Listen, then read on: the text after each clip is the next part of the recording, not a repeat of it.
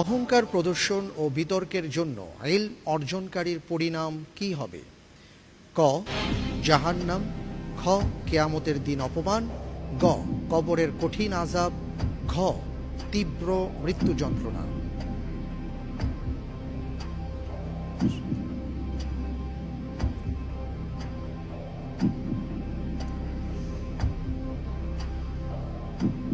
জি, আমি এই প্রশ্নের উত্তর হিসেবে বেছে নিচ্ছি খ, কিয়ামতের দিন অপমান। কিয়ামতের দিন অপমান লক করে দেব। জি, ইনশাআল্লাহ। লক করে দেওয়া হোক খ, কিয়ামতের দিন অপমান। আপনি যে উত্তরটি দিয়েছেন, আপনার উত্তরটি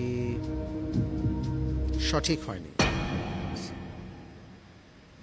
উত্তর হবে ক, জাহান্নাম।